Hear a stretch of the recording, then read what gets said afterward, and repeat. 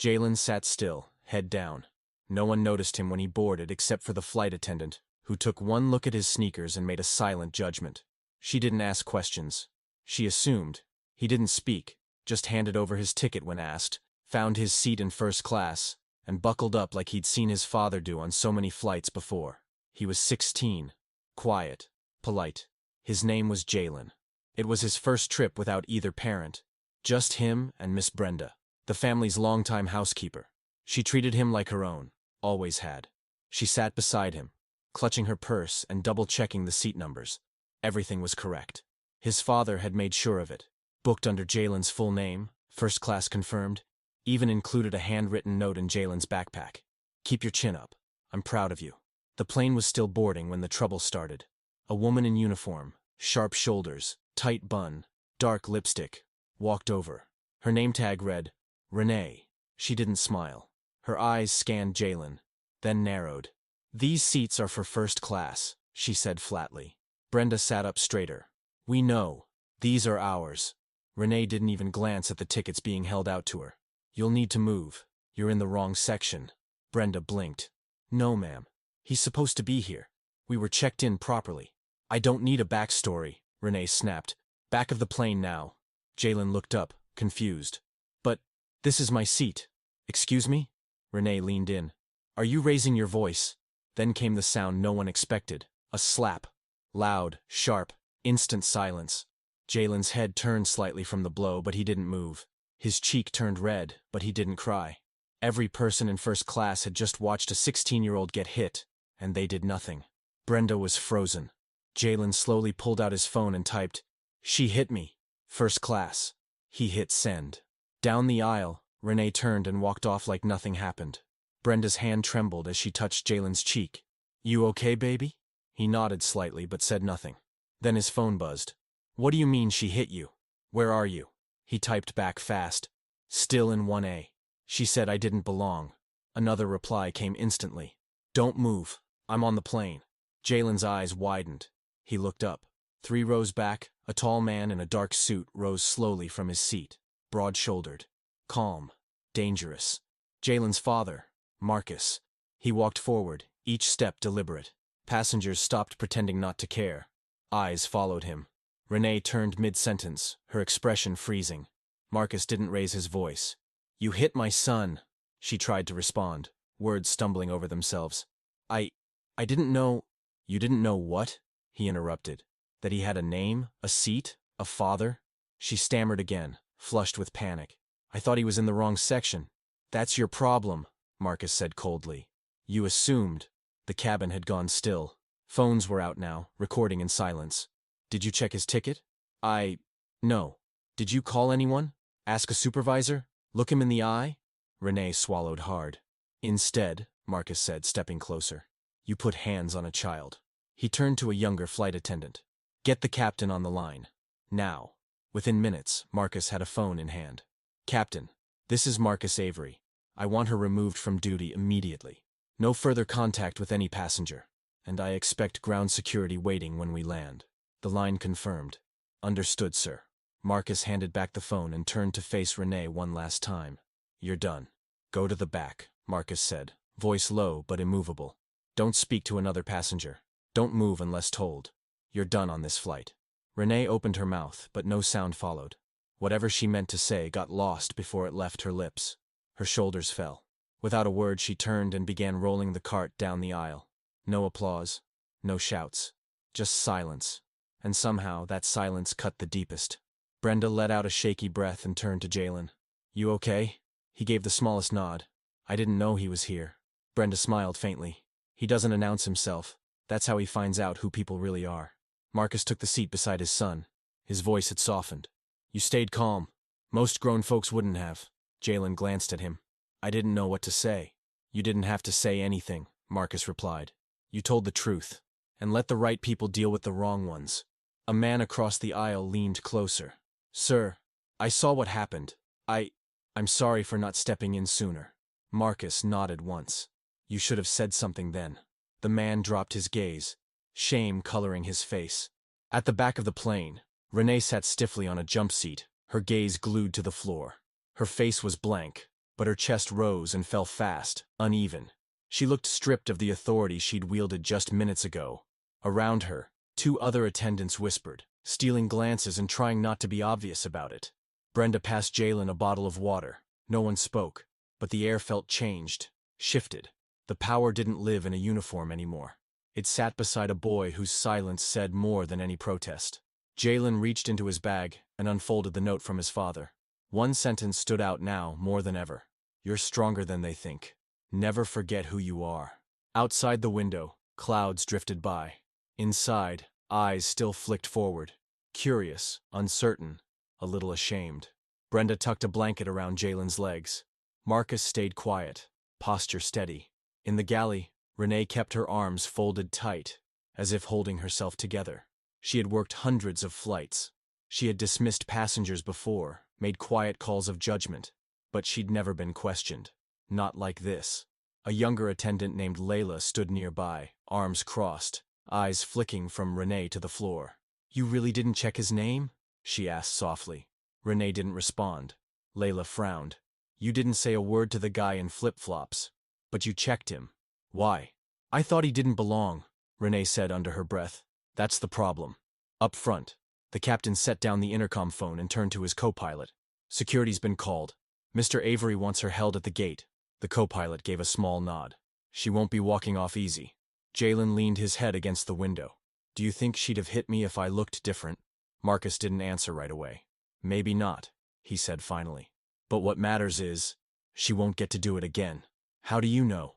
Marcus reached for the cabin phone once more. This is Marcus Avery. I want all footage pulled, passenger statements, crew logs, everything. The voice on the other end confirmed. Marcus hung up, looked his son in the eye and said, because this time, the whole system's going to feel it. Jalen didn't speak, but his silence now felt like power. The co-pilot looked over. Security confirmed. Orders are active. Escort will be waiting at Gate 4. The captain gave a slow nod. She doesn't know what's coming. She will. Up front, Jalen held the same folded note in his hands. The crease at the corner had softened from how many times he'd opened it. He read it again. You don't have to raise your voice to make noise. Sometimes the loudest strength is stillness. He folded the letter gently and slipped it into his backpack. Across the aisle, a woman leaned toward him. You were strong, she said softly. Jalen blinked, surprised. Thank you. She gave a small, warm smile. Most people yell. You didn't. That's strength, not silence. Brenda nodded, grateful someone had said what she'd been thinking. But Jalen didn't smile back. Not because he wasn't thankful, because he hadn't wanted any of this. He hadn't asked to be an example. He just wanted to fly, watch a movie, land. Instead, someone decided his presence needed to be questioned. Far in the back, Renee pulled a small notepad from her uniform pocket. Her fingers hesitated, then began to write. Today, I let pride speak louder than logic. She stared at the line for a long time, unsure if it was a confession or a realization, but it was the first thing she'd written in a long time that didn't sound like an excuse. The hum of the engines was steady, but the cabin felt brittle. No small talk, no joking. Every voice had softened. Everyone moved carefully now, as if they were walking through glass. Jalen sat forward, eyes unfocused. Preston watched him from the side, quiet, alert. He recognized the weight in his son's posture. It wasn't fear. It wasn't sadness. It was something deeper. The burden of being misread by the world. Preston placed a hand on his shoulder. What are you feeling? Jalen hesitated. She didn't ask my name, just looked and decided. Preston's jaw tightened. You're right. She didn't speak to the guy next to me. He looked like he wandered in off a beach. Brenda exhaled through her nose, suppressing a dry laugh. She chose me, Jalen said, quieter now. Out of everyone. Preston waited, then leaned in. And now, they're all watching her. Because you didn't give her a reason. You gave her the truth. That's what'll stay. Jalen didn't respond. Not because he didn't hear, but because nothing could erase what had already happened. In the galley, Renee stared down at her page again. He was respectful. He was calm. And I humiliated him anyway. Her vision blurred. The corners of the cabin closed in. Behind her, Layla approached. You know they've contacted the gate, right? Renee gave a small nod. They'll be waiting, Layla said. You won't walk out like you walked in. Renee's voice cracked. Do I deserve it? Layla didn't blink. It's not about what you deserve. It's about what you did. The captain's voice broke the tension. "We begin our descent in 20 minutes. Please return to your seats." People stirred, pretending to read safety cards they already knew by heart. Preston leaned close to Brenda. "Walk him straight to the car. There'll be cameras." "What about you?" she asked. "I'm staying." "Why?" "Because consequences don't land by themselves." Jalen didn't ask what came next. He didn't have to. He knew now. This wouldn't be brushed away. Renee wouldn't vanish into another flight. Not this time. At the back, Renee reached for the intercom, then paused. Her hand dropped. Nothing she could say would change what had already landed. And in first class, Preston opened his phone and typed one final note. "No press today. Let the footage speak." The wheels met the ground with a soft bounce, followed by a low rumble as the aircraft decelerated. The cabin rocked gently. Seatbelts stayed fastened. No one rushed for bags. No one moved, except their eyes. Preston stayed still. Brenda didn't flinch. Jalen sat forward, eyes locked on the exit like it was more than a door. It was an ending, or maybe a beginning. A woman in a navy blazer stood. This time, she didn't whisper. Her voice was loud and clear. We all saw it. Every one of us. Heads lifted. A boy was slapped in front of us and none of us said a word. A man across the aisle nodded solemnly. "That's going to sit with me." Someone else muttered, "It's on video." Everything. Jalen didn't respond. But when he looked around, what he saw in their eyes wasn't silence anymore. It was something heavier. Remorse. Reflection. And maybe respect. The aircraft rolled to a final stop. Outside, 3 uniformed officers waited at the jet bridge.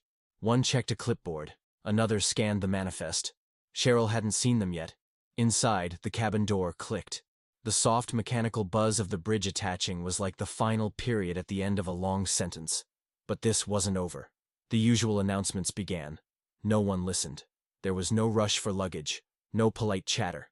Just a suspended moment, like the whole plane was holding its breath. Preston stayed seated, calm and composed. His phone was away. His hands rested easily, like a man who had already done the hardest part. Brenda leaned in. "Eyes forward, baby. Don't look back." Jalen gave a quiet nod. His heart beat fast, not out of fear, but something deeper. A strange heaviness that had nothing to do with altitude. In the rear galley, Cheryl rose. She hadn't spoken since the landing. Even her fellow crew had grown distant. The intercom buzzed. A junior attendant picked up, then turned. "They're asking for you." Cheryl froze. The other woman nodded. Now, her throat tightened. She stepped into the aisle, walking the same stretch she had ruled earlier with quiet command. But now, all eyes followed her. Not with obedience, but observation. No one said a word. Jalen didn't turn, but he knew she was close. He could smell her perfume. The memory of her palm across his cheek surfaced briefly, hot and unwanted. Cheryl stopped at the cabin door. Outside stood 2 officers and a man in a dark blazer. "Miss Dawson," the man said, his tone formal, practiced.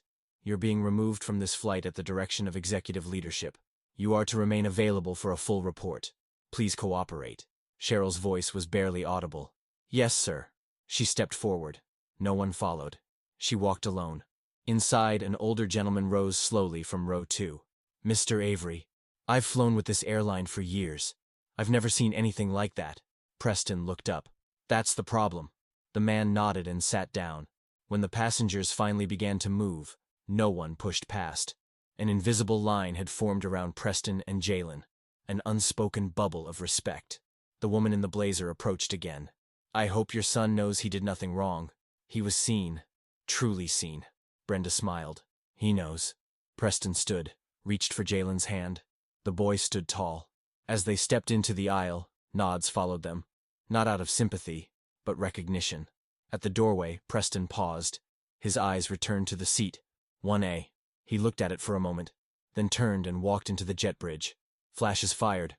Reporters. Microphones. Noise. Jalen stayed close. Brenda shielded him gently. Outside, a black car waited. Doors open. Security carved a quiet path. As they stepped in, Jalen looked up. "All of them. They're here because of that?" Preston nodded. "They were going to tell the story anyway. We just made sure it's the right one." A printed message sat in front of Cheryl, handed to her by HR. Preston's words, sent quietly after the flight, were simple but heavy. "She doesn't owe me an apology. She owes my son respect. He didn't get it. Now he will." She lowered the paper, her hands trembling slightly. No tears yet. But they waited just behind her eyes, silent and sharp. It wasn't her job she mourned. It was the reflection now staring back at her. Across the city, a black car coasted through a quiet gate and onto a long driveway. Preston's home was still, calm, worlds away from the chaos they'd just left behind. Inside, a housekeeper greeted them and took their coats. Brenda gently ushered Jalen toward the stairs, but he stopped halfway and turned back. "Dad?" Preston met his gaze. "I want school to be normal tomorrow. No car, no attention. Just me. Like always." Preston raised an eyebrow. "You sure?" Jalen nodded. "I don't want to feel special just because something went wrong. I want to belong without proving it." Preston walked over, hand on his son's shoulder. "You've never had to prove anything. But if normal is what you want, then that's what we'll do." Jalen smiled. Small, but real. Brenda pulled him into a brief hug and nudged him upstairs. Preston finally sank into a chair, exhaling into the quiet. It hadn't been the flight that left him tired. It was the reminder of how easily dignity gets denied when people judge a seat instead of a soul. The next morning came pale and still. Inside, Brenda packed lunch quietly. The news hummed from the kitchen TV, all polished headlines and practiced concern. Airline under fire following executive's son's mistreatment in first class. Preston stood by the window, coffee in hand, watching Jalen tie his shoes near the staircase. Hoodie, backpack, headphones. Just a kid again. But not quite. "Your driver's outside," Preston said gently. "I told you I'm taking the bus," Jalen replied, not turning around. Preston nodded. "He'll follow from a distance, just in case." Jalen sighed but didn't argue. He reached for his bag, then turned. "If someone asks me what happened, what do I say?" Preston looked him in the eye. "You don't owe anyone anything. But if you speak, just tell the truth. That's enough." Jalen nodded. As he reached the front door, Brenda slipped a folded note into his hoodie pocket. "Only open it if you need it," she said with a wink. He smiled and stepped outside. The door clicked softly behind him. As the bus pulled up, Preston's phone buzzed. Another call from the board. He ignored it. Instead, he opened his laptop and read through overnight emails. Some were support. Others were strategy. He answered none. No statement would be made until change was already in motion. Elsewhere, Cheryl sat alone at her kitchen table, the uniform draped over a chair. Her name badge lay beside it, untouched. A new alert lit up her phone, but she ignored it. Instead, she stared at the drafted apology email still sitting unsent on her screen. Subject: "To the boy, I failed." Her final line blinked at her from the bottom. "I didn't see you." That was the problem. She hovered over send, but froze. What if it didn't matter? What if it was too late? Just then, a new message popped in. From Layla. "Bias training starts next week. Mandatory. Just thought you'd want to know." Cheryl didn't reply, but something in her exhaled. She hadn't been erased. Not yet. Just forced to stop. To look. 15 floors above the city, Preston joined a video call with 3 executives. "We've reviewed everything," one of them said. She broke protocol at every level. Preston didn't flinch. "This isn't just about her. It's about the silence around her. From now on, every first-class team gets personal training, quarterly reviews, passenger feedback, anonymous bias reporting. That's going to require major structural changes," one of them warned. Preston's gaze didn't move. "Then change it." Cheryl sat quietly, reading the printed message in her hands. It was short, just a few words, but they landed with weight. "She doesn't owe me an apology. She owes my son respect. He didn't get it. Now he will." Preston had sent it after the flight. Not for himself, for Jalen. Cheryl lowered the page. Her eyes stung, not from anger or fear, but from seeing herself clearly, and realizing she didn't like what she saw. Across town, the black car eased into Preston's gated driveway. The chaos was far behind them now. Home was quiet, safe, normal. Inside, coats were taken, shoes kicked off, and Brenda gently guided Jalen toward the stairs. But halfway up, he stopped. "Dad?" Preston turned. "I want to go to school tomorrow like normal. No driver, no extra attention. Just me." Preston raised a brow. "You sure?" Jalen nodded. "I don't want people treating me like something happened. I want them to know I belong, without having to prove it." Preston crossed the room, laid a hand on his son's shoulder. "You never had to prove a thing. But if normal's what you want, we'll make it normal." For the first time that day, Jalen smiled. Later, Preston sank into a chair, finally letting the weight of the day settle. Not the weight of turbulence, but of injustice, of silence, of everything that hides in plain sight until someone finally says no. The next morning broke soft and still. Brenda packed lunch in the kitchen while the news murmured low from the TV. Flight attendant removed following incident with airline CEO's son. Preston stood near the window, coffee in hand, watching Jalen lace his sneakers. "You've got a ride waiting," he said. "I told you," Jalen replied. "I'm taking the bus." Preston didn't push. "Driver'll follow from a distance, just in case." Jalen sighed, pulled on his backpack. "If someone asks me about it, what do I say?" "You don't owe them anything," Preston said. "But if you speak, just tell the truth." At the door, Brenda handed Jalen a folded note. "Only open if you need it," she whispered with a wink. The bus pulled up. Jalen stepped out into the cool morning. At her apartment, Cheryl sat at the kitchen table, curtains drawn, her uniform untouched. She hadn't moved much, hadn't spoken to anyone. The apology email still sat in her drafts folder, blinking at her like an unanswered question. Finally, she clicked send. Not to Preston, not to Brenda. She sent it to Jalen. Subject: from the woman who judged you. "I didn't know you, but I made a decision about you without asking. I took your peace and turned it into pain. I can't undo that. But I can promise, it's the last time I let pride lead me. I'm sorry." She hit send. It wasn't closure, but it was movement. For the first time, she wasn't stuck. That evening, sunlight slanted through Jalen's window. He opened his phone and read the message. Quietly, slowly, twice. He didn't reply. He didn't delete it either. Some things didn't need an answer, only acknowledgement. 2 weeks passed. The headlines faded, but the change didn't. The airline adopted sweeping policy reforms. Every training binder now opened with a new title: the Jalen Carter Standard. Not for drama, not for branding, but as a reminder that silence has a cost, and dignity has a name. Preston watched the first new training session from behind a tinted panel. He didn't speak. He didn't need to. Every attendant now had to face the story. Not hypothetically, but fully. One attendant finally whispered, "I would have said something." The facilitator replied calmly, "But why didn't anyone?" No one answered. Preston stepped away. They didn't need to see him. They needed to see themselves. And Jalen, he wasn't trying to be a symbol. He wasn't performing. He was just a boy who stayed in his seat and refused to vanish. And because he did, everything changed.